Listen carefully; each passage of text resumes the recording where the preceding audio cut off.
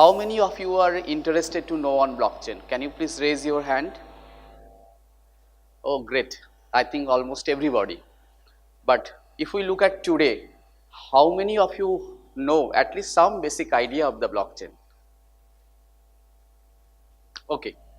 So today we will try to bridge that basic gap, that basics of blockchain. You will have the key takeaways.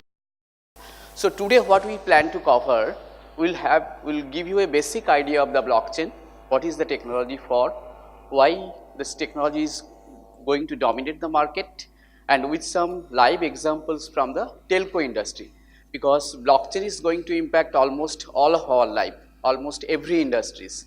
And we have just thought about to bring some of the examples from Indian Telecom market, so that you will get an idea that how real life blockchain use cases look like. So if I look at today,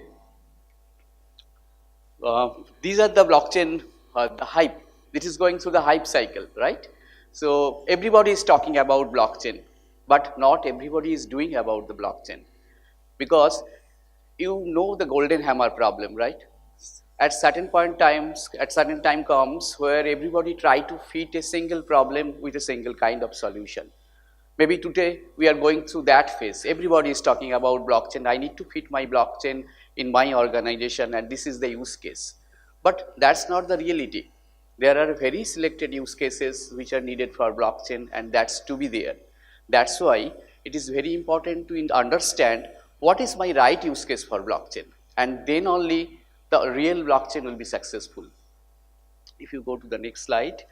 So Bitcoin, this is a common mistake that most of us do, that Bitcoin is blockchain. So Bitcoin came in the market around few years back, and today also this impression continues that Bitcoin is blockchain, which is not like that. So Bitcoin is more in the cryptocurrency domain, blockchain is an evolution of that, but blockchain is more about creating a transparent system based on trust. So think about a situation when there is a need for trust, there should be the existence of blockchain. So this is a very nice example. Think about the trade of ancient age. It was a give and take kind of a situation. Used to give certain things to others, and others used to give us certain things to back. The simplistic nature of trade. But over a period of time, trade became very complex. If I look at today's trade, that is extremely complex. That is cross-boundary, cross-currency. It is having multiple complexities in the whole life cycle of a trade when I supply something from point A to point B. So there is a huge set of complexity. There is a need for trust. There is a need for visibility. That means if I look at, whenever we go to a shopping Walmart or something shopping center, we buy the items, but we don't know how the supply chain behind look like. What are the paths it covered? Who are the points of intersection, like freight forwarders, like shippers? Many parties are involved in that whole life cycle of the business, and there is a lot of possibility that there is a mistrust, fraud, transparency, and visibility. For example, I am supplying my goods. At certain point of time, do I know where is my good? Is there anything fraud happening with my box? Whether anyone tampering my containers? I don't have any visibility. I don't have any transparency. So from basic trade to this complex trade of today, when there are multi-parties involved, government involved, customs involved, a lot of complexities involved, we need trace and transparency, we need visibility, and that's why we need blockchain. So blockchain is a technology that will ease out those gaps. So key takeaways from today or whatever I am talking about is that when you go back on your own world, and you will see some problem where you need to bring trust, transparency, visibility. These are fundamental needs of business, on transactional business. And if you see those needs, then blockchain has a great applicability. So think use cases from that perspective. Otherwise, it may be a wrong use cases that where you need to apply the blockchain. Now, let's have a very short video and see how our head of the nation says about blockchain. Or basic functioning of 10%. Tell the investors You run a platform, not a regular business. If you want to increase your VC funding by 20%, tell the investors that you are operating in the fintech space. But if you really want the investor to empty their pockets, tell them that you are using blockchain.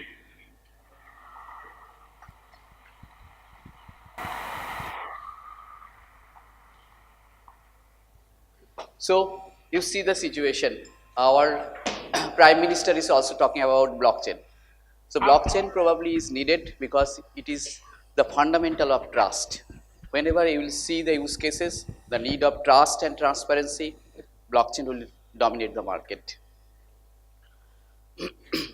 Now, from technical standpoint, let me tell you very basic things about the blockchain. What are the key pillars?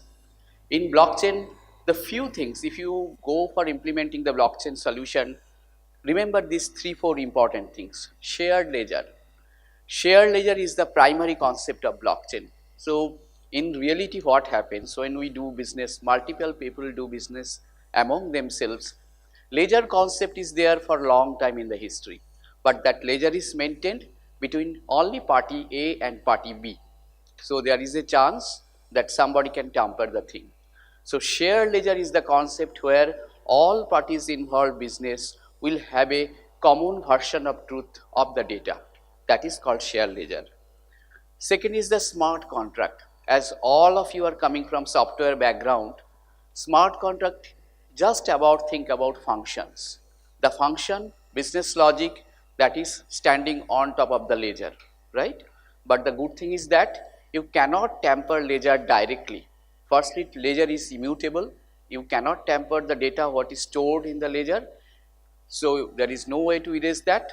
At the same time, you cannot access the data there directly. So you need to always go through the smart contract. So third pillar is the privacy. That means maybe I am doing business with 10 other people in a blockchain network, but it is quite possible I am not giving permission to everyone to see the ledger. So it is called permission blockchain, and I can take the control who will see the ledger or who will have the permission to write on the ledger. So this is the privacy part. And the fourth important thing is the consensus, the most important thing.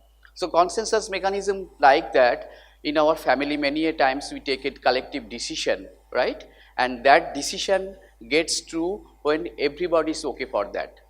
Consensus mechanism is almost going through the same principle. A transaction between multiple parties written in the ledger when everybody approves it. So these 4 fundamental things always remember when you implement the blockchain solution.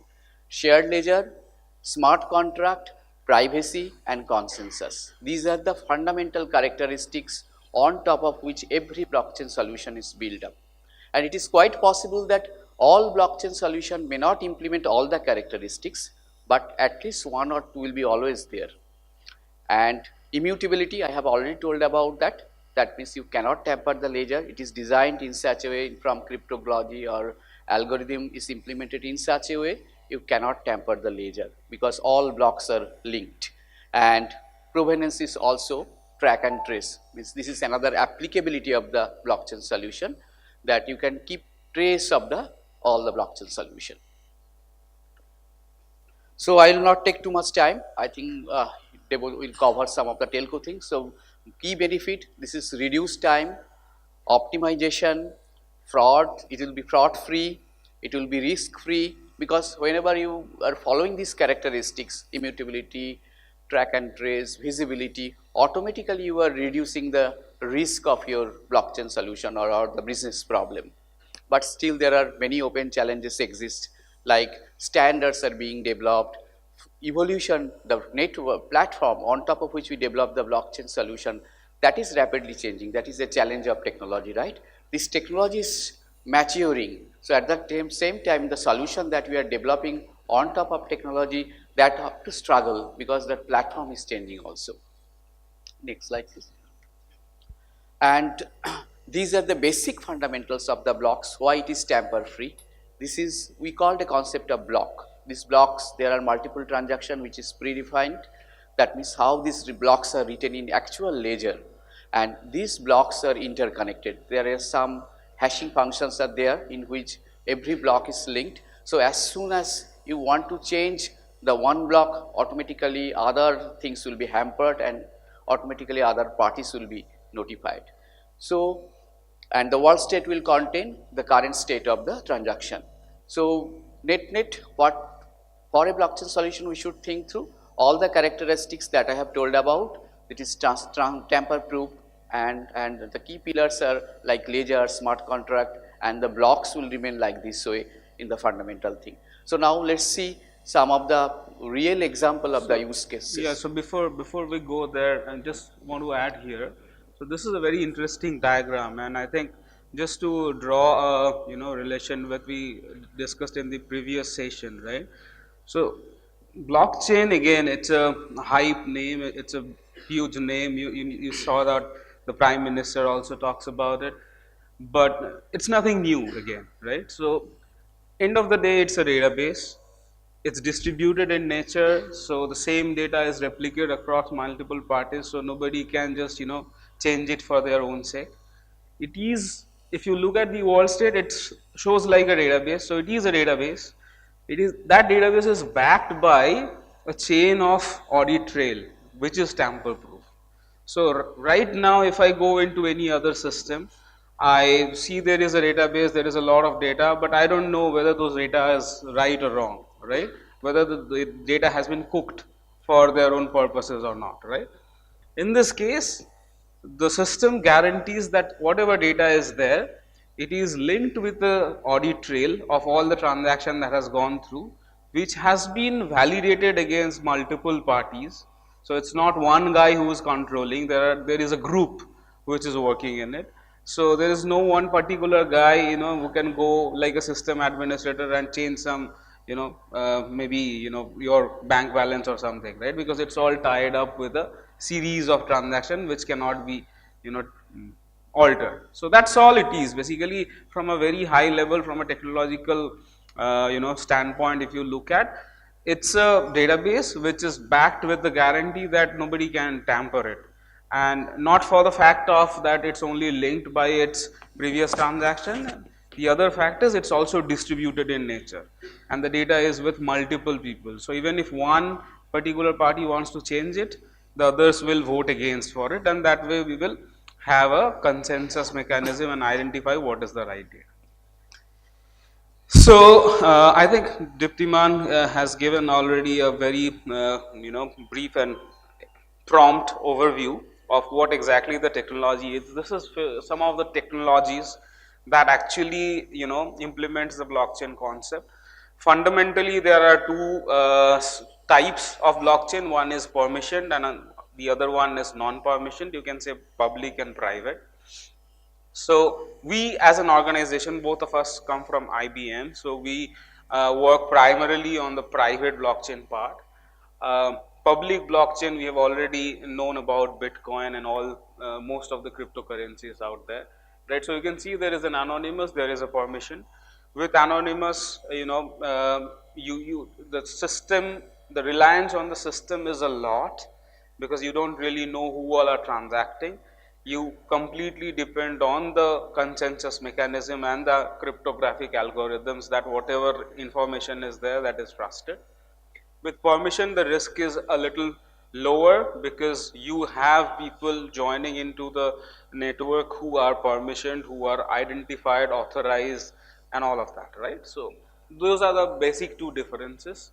Now, because unpermissioned is more open, the checks are more rigid and more cumbersome. So that's why performance wise, anonymous ones or the public blockchains are not that great, because it has to go through a lot of checks and balances before making a particular transaction final.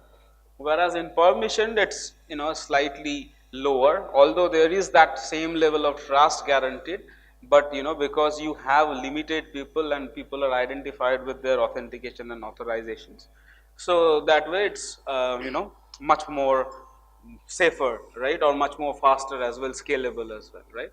So some of the names like Bitcoin, Ethereum, R3, Enterprise Ethereum Alliance, so all these are different technologies and their solutions. So we primarily from IBM we focus on Hyperledger, which is an open source platform. Hyperledger has multiple blockchain capabilities, out of which we generally use Hyperledger Fabric, which is the most scalable enterprise grade blockchain today. And just to make it very clear to all of you, although there is a huge hype around blockchain, but it's not really a future thing anymore, right?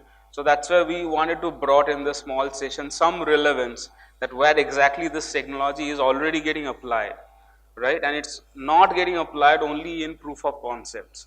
It's actually getting applied in large domains, right? Large domain as in Indian telecoms, right? So I will actually show you some instances. For the interest of time, we'll have to limit our discussions, but I will show you how things are progressing, and on the ground there are already implementations, right? So typically, if we look at a telecom domain, right? So blockchain, with the term itself, it kind of associate financial markets with it. So a lot of people thinks that a blockchain is an FSS kind of a financial market kind of a technology, but it actually has a lot of application in telecom as well, right?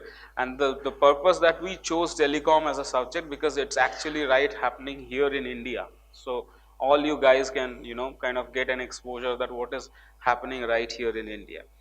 Now, this particular slide shows that what are the different possibilities of blockchain in telecom world. Like some of the areas are like improving your operations, right? So future of operations, then future of customer engagement, how you engage with your customer, and then there is an ecosystem play, which are more like new world, right? So new business models, right? So these three are fundamental areas to apply blockchain. So what we have been seeing over the past 2-3 years is the more successful application of blockchains are those which are new business areas, because for different organizations it's opening up new business areas. Now here are some Indian stories, right? So for example, unsolicited communications, right? So how many of you are kind of getting annoyed with all the telemarketers calling you and sending SMSs of all that kind? Because these days, after WhatsApp phenomena, we don't use a lot of text messaging, right? But if you at any point in time, if you are like me, if you go to your inbox, you will see 200 unread messages, because you don't care, but you still continue to get those messages, and most of them are in promotion in nature, right? Either Big Bazaar is giving some sale, or Pizza Hut is giving like half price pizza and all of that you get, right? So that unsolicited commercial communication are those which we don't want to receive, but we receive, right? And these unsolicited communication, so TRAI, which is the Telecom Regulatory Authority of India, they have actually published a figure of there are almost 70% of the commercial communications that happens today are actually unsolicited.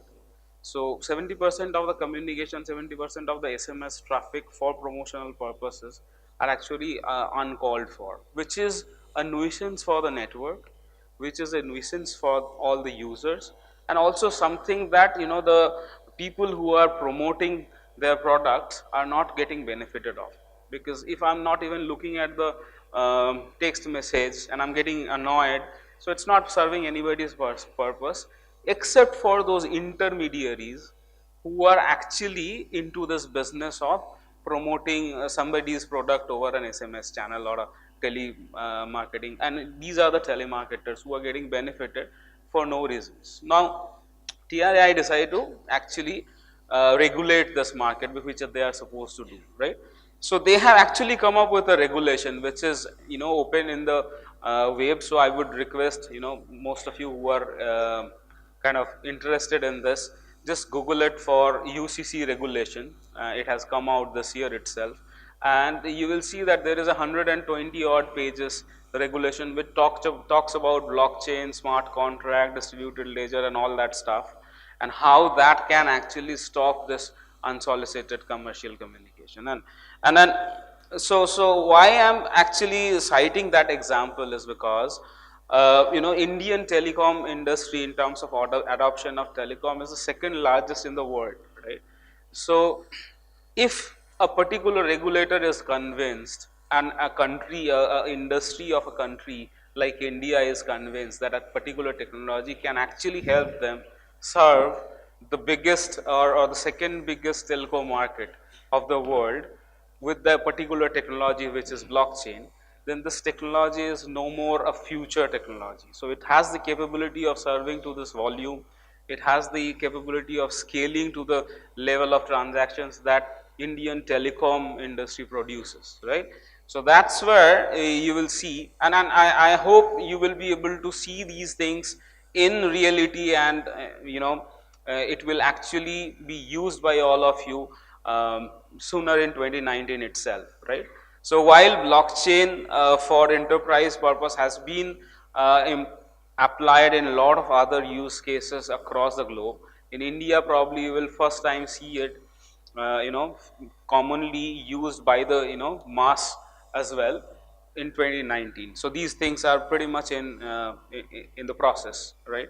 So a little bit more into this, like the the where exactly blockchain fits in, and Diptiman said rightly that you need to choose your use case properly and see the fitment. It should not be applied as a golden hammer. It should not be a purpose of a hype that somebody wants to do blockchain, that's why they are doing it. Now today, this is how the system of marking you in a privacy list work in India. So for example, you are getting a lot of promotional messages or calls. You want to put yourself on do not disturb mode. So what you do is you go to your TSP, which is the telecom service provider, and say that I don't want to receive say for example banking related promotional messages, right? Or I don't want to receive any promotional messages. What happens is, I don't want to get into the entire detail of the process, but what happens is your number gets into a DND register which is called NCPR, which is the National Customer Preference Registry, and it is freely downloadable by 15,000 registered telemarketers across the country. So the moment you subscribe for DND, you actually expose your number to 15,000 telemarketers who are there for the purpose of sending messages, promotional purpose, right? So do you think it's a right way to kind of put yourself in a privacy mode by letting 15,000 telemarketers in the country know that this is your number? Right? Absolutely not. And there are other inefficiencies as well, like the point you mark yourself in DND and when it becomes effective is actually takes 7 long days.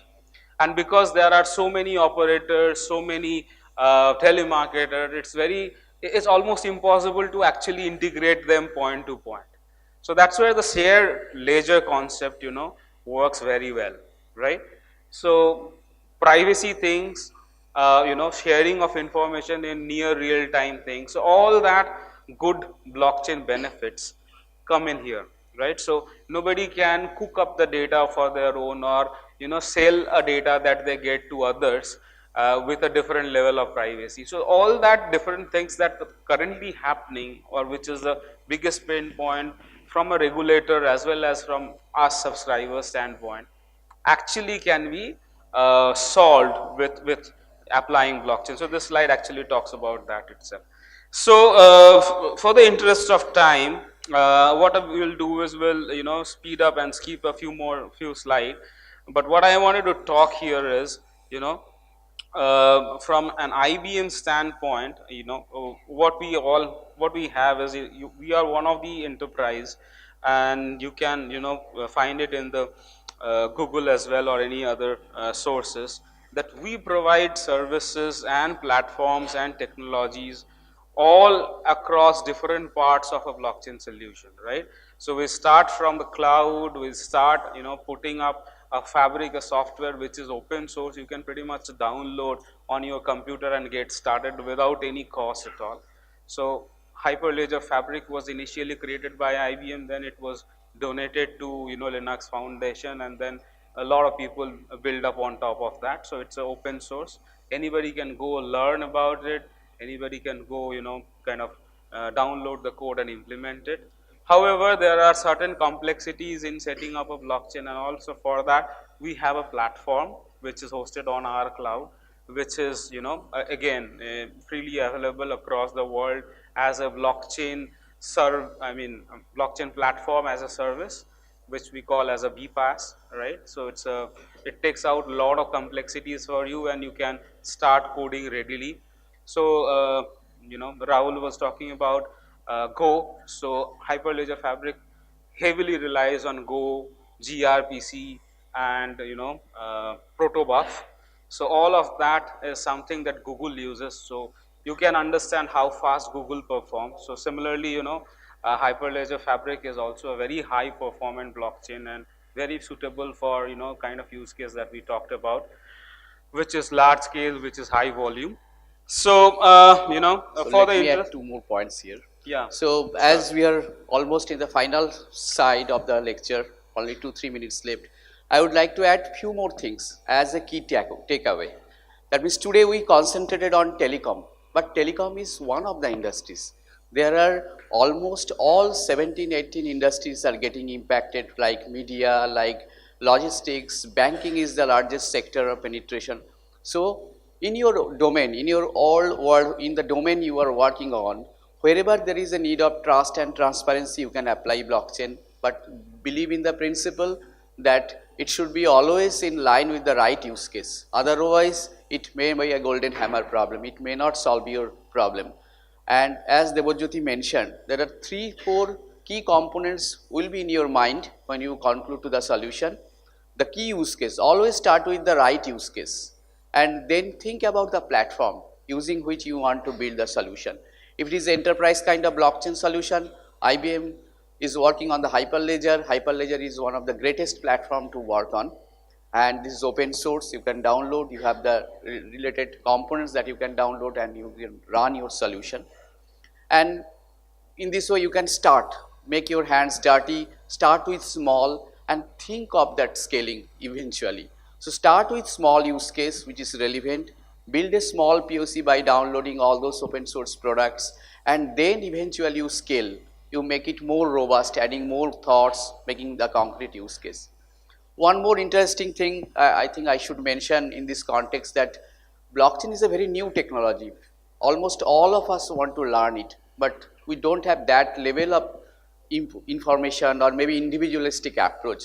So what we did in our world, we created a community called Bengal Blockchain Believers. So we intentionally gave the name Believers because this is, we need to believe on the technology before we go for that. And today we have 1500 members. We have a huge set of knowledges. If you search in the Google, you will get the details. I would request you in Tech Bhubaneswar, that is founded by Mindfire.